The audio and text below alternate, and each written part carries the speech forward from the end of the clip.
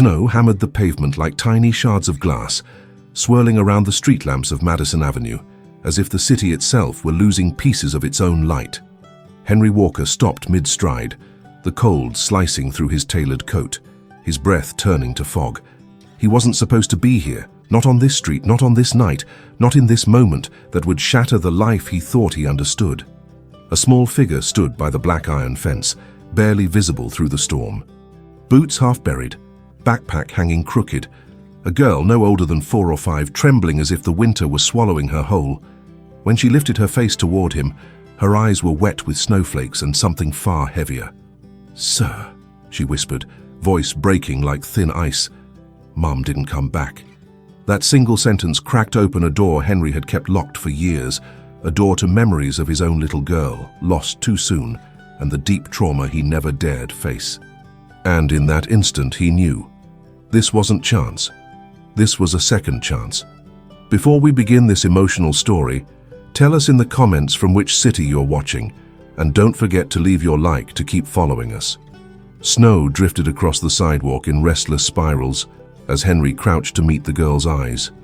Her cheeks were flushed from the cold, and the thin zipper of her quilted coat shook as she breathed. The city roared around them, taxi horns, distant footsteps, muffled conversations, but her small voice was the only sound he could hear. "What's your name?" he asked softly. "Lily," she murmured, clutching the green strap of her backpack as though it anchored her to the world. Henry swallowed. She was far too young to be alone. "How long have you been waiting here, Lily?" She lowered her gaze, boots scraping the snow. It was still bright out. Daylight. She had been standing here since daylight. Henry felt something old and painful twist beneath his ribs. His fingers tightened slightly around his gloves, a silent tremor running through him. His own daughter, Emily, had once worn boots like those, tiny, fuzzy ones that squeaked on the hardwood floor. She would have been Lily's age now, if she had lived. "Where did your mum go?" Henry asked, careful not to sound urgent. Lily pointed down the street. "She said she needed to check something. She told me to stay by the fence. She said she'd be quick." Her lip trembled. "But she didn't come back, and it got cold, and then the lights came on." Henry glanced at the street lamps glowing through the snowfall. Hours. She had waited here for hours. Alone.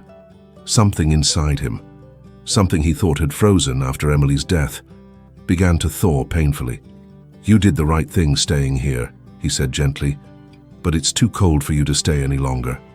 We'll find somewhere warm, and then we'll figure out where your mom is." "Okay?" Lily hesitated, uncertainty flickering through her eyes. And then, slowly, she nodded. Henry stood, extending his hand.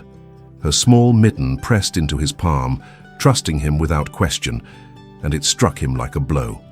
They stepped away from the fence together, snow settling on their footprints, the storm closing behind them like a curtain. As they walked, Henry felt something shift, something he couldn't name yet. But he knew one truth. Tonight, he wasn't walking away. The closest safe place Henry could think of was the community center on 82nd Street. It wasn't far, but with Lily's tiny legs and the bitter wind cutting through their clothes, the walk felt longer. She clung to his hand, her steps uneven on the icy sidewalk. Every few seconds she glanced over her shoulder, as if afraid her mother might appear too late, or not at all. Henry slowed his pace. "You doing all right?" She nodded quickly, though her shivering betrayed her. Henry unwrapped the scarf from around his neck and knelt again. "Come here," he murmured, carefully wrapping it around her. The wool dwarfed her, but she seemed warmer instantly. "Thank you," she whispered. Those two words hit him harder than the wind. It had been years since anyone small had thanked him for something so simple. The city hummed around them. Couples hurried past with shopping bags, drivers cursed at each other from car windows, a distant siren wailed. Yet none of it touched the little bubble of quiet surrounding Henry and Lily as they moved up the block. Inside the community center, the warmth washed over them like a breath. A receptionist behind the counter glanced up, startled by the sight of a man in an expensive coat holding the hand of a snow-soaked child. "Can we help you?" she asked. Henry kept his tone steady. "Is there a private room we can use? The child's mother hasn't returned." She's been outside alone for hours. The receptionist's eyes widened. Of course, this way. Henry followed her into a small office with a couch and a humming space heater. He helped Lily climb onto the cushions and handed her a paper cup of warm cocoa the receptionist brought in. She cupped it with both hands, letting the warmth seep into her little fingers. "Do you think Mum just forgot?" she asked, voice trembling with a kind of hope that felt like a knife. Henry swallowed. "We're going to find out," he said gently. "And until we do, you're safe with me." He meant the words more than he meant anything in years. While Lily sipped her cocoa, Henry stepped just outside the room and pulled out his phone. His fingers hovered over the screen. Calling the police was the logical move, but something about Lily's terrified expression earlier made him hesitate. Children abandoned by choice often carried secrets adults didn't want revealed. Secrets from the past that caused deep trauma. And Lily didn't look like a child used to being left behind. He dialed anyway. "This is 911, what's your emergency?" Henry explained calmly, giving the address, Lily's age, the hours alone in the cold. The dispatcher assured him officers would arrive shortly. When he stepped back into the room, Lily looked up from the couch, cocoa nearly finished. "Is someone coming?" she asked. "Yes, some people who can help look for your mum." Her fingers tightened around the cup. "Are they nice?" Henry felt his chest tighten. "The ones tonight will be." She nodded slowly, but her feet curled under her, defensive, as if she'd learned to prepare for disappointment. Henry sat beside her, leaving a respectful space. "Do you remember anything else, what your mum was wearing? Where she was going?" Lily breathed a shaky sigh. "She got a call. She sounded scared. She said she had to fix something. She said people get mad when she doesn't pay." Her eyes lifted toward him, wide. "Is that bad?" Henry's jaw locked. Debt collectors. Threats. A mother running from people she owed. He leaned back slightly, exhaling. "It just means she was dealing with something difficult." Lily stared at her boots. "She said she'd be right back." A knock at the door made her flinch. 2 NYPD officers entered quietly, snow melting off their jackets. Henry stood and shook their hands. The officers spoke with him first, then knelt to speak with Lily gently. She answered their questions in a soft voice, shrinking a little every time they asked about her mother. After a few minutes, they stepped outside with Henry. "We'll search nearby," one officer said. "But to be honest, cases like this can go several ways." Henry understood the unspoken part. He had handled enough corporate crises to recognize when professionals didn't want to deliver worst-case scenarios in front of a child. Lily watched them leave with wide, frightened eyes. Henry returned to her, kneeling so he could look her directly in the face. "I'm not going anywhere," he said. And then, unexpectedly, she leaned forward, pressing her forehead to his chest. Henry froze, breath catching. The small weight of Lily against him, her trust, her warmth, sent a surge of emotion ripping through him so sharply he had to mask the tremor in his hands. He hadn't held a child since Emily, hadn't let himself imagine what it felt like. He wrapped one arm around Lily carefully, the way you'd hold something fragile. She exhaled shakily, her little fingers gripping his coat lapel. "I don't want them to take me away," she whispered. Henry felt the words like a blade. "No one is taking you anywhere tonight," he said, steadying his voice. Lily pulled back slowly. Her eyes were glossy with fear. "They took me once, when Mom got hurt. I stayed with strangers. They were nice, but Mom cried when she got me back." She blinked. "I don't want Mom to cry again." A cold sensation crept down Henry's spine. There was a story beneath Lily's tiny sentences, a hidden pain she didn't understand but had lived through, and whatever her mother was caught in, it wasn't simple. He whispered, "You're safe here, I promise." A staff member stepped in. "We have a temporary sleeping room if she needs to rest." Lily looked up at Henry before agreeing, eyes silently asking if he'd come. He followed her into a quiet room with dim lights and soft blankets. She climbed onto the bed but didn't lie down. Instead, she stared at him, as if fearing he would vanish. "Can you stay right there?" she asked, pointing to a chair near the bed. Henry nodded. "Of course." She lay down at last, but sleep didn't come. Her small hand slid from beneath the blanket and hung off the side of the bed, fingers open. Henry hesitated only a moment before gently taking it. Her breathing eased. Her eyes closed, and as the hum of the heater filled the silence, Henry realized something terrifying. He cared, not out of obligation, not out of guilt or loneliness, but because some part of him, some part he thought had died with Emily, recognized something in Lily's trembling trust, a second chance hidden inside a cold winter night. Hours later, Lily finally slept, small fingers still curled around Henry's thumb. He watched her chest rise and fall, each breath soft and uneven, as if the world had never fully allowed her to relax. It hurt to see.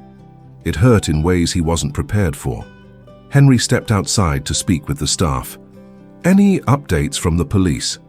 The receptionist shook her head. "Nothing yet. They're checking hospitals." Hospitals. The word echoed with dread.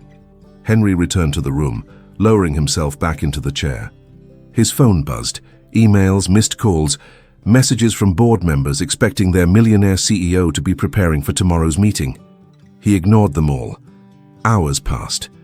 Snow eased outside the windows. Lily stirred awake, confused at first, until she saw Henry and relaxed. Her voice was raspy. "Did they find her?" Henry shook his head. "Not yet." She swallowed, tiny throat bobbing. "Maybe she's mad at me." "Lily," he said softly, "nothing about this is your fault." Her eyes glistened, and she dug through her backpack suddenly. Henry watched as she pulled out a folded drawing, crumpled, edges torn. She unfolded it carefully, hands shaking. It was a picture of her and her mother standing beneath a big sun. A small house, a heart above them both. "Mom keeps saying things will get better," Lily murmured. "She works a lot. She cries sometimes when she thinks I'm sleeping." She looked at the picture. "I don't think she's bad. She just has trouble." Henry felt a heaviness he couldn't swallow. Lily touched the edge of the paper, her voice trembling. "Do you think she left because I'm hard to take care of?" Henry's chest tightened painfully. "No, not ever." "What if something bad happened?" He leaned closer. "Then we'll face it together." Tears filled her eyes but didn't fall. She simply nodded, small, brave, heartbreakingly silent. Just then, Henry's phone rang. Unknown number. He answered immediately. A woman's voice, shaky, frightened. Is my daughter with you?" Henry's blood ran cold. It was Lily's mother. Henry stepped out of the room, closing the door gently so Lily wouldn't hear. "Where are you?" he demanded, trying to keep his voice from rising. On the other end, the woman sobbed. "I didn't mean to leave her. They took my bag, my phone. I had to hide. I've been trying to get back to her. Please, is she safe?" Henry pressed a hand to his forehead. "She's all right. She's warm. But you left her in the cold for hours." "I know," she cried. "I know.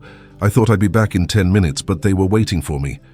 I owe money, more than I can ever pay. They said they'd take her if I didn't do what they asked." Henry's breath hitched. "Who?" "I don't know their names. Just men. They follow me everywhere." Her voice cracked. "I didn't abandon her.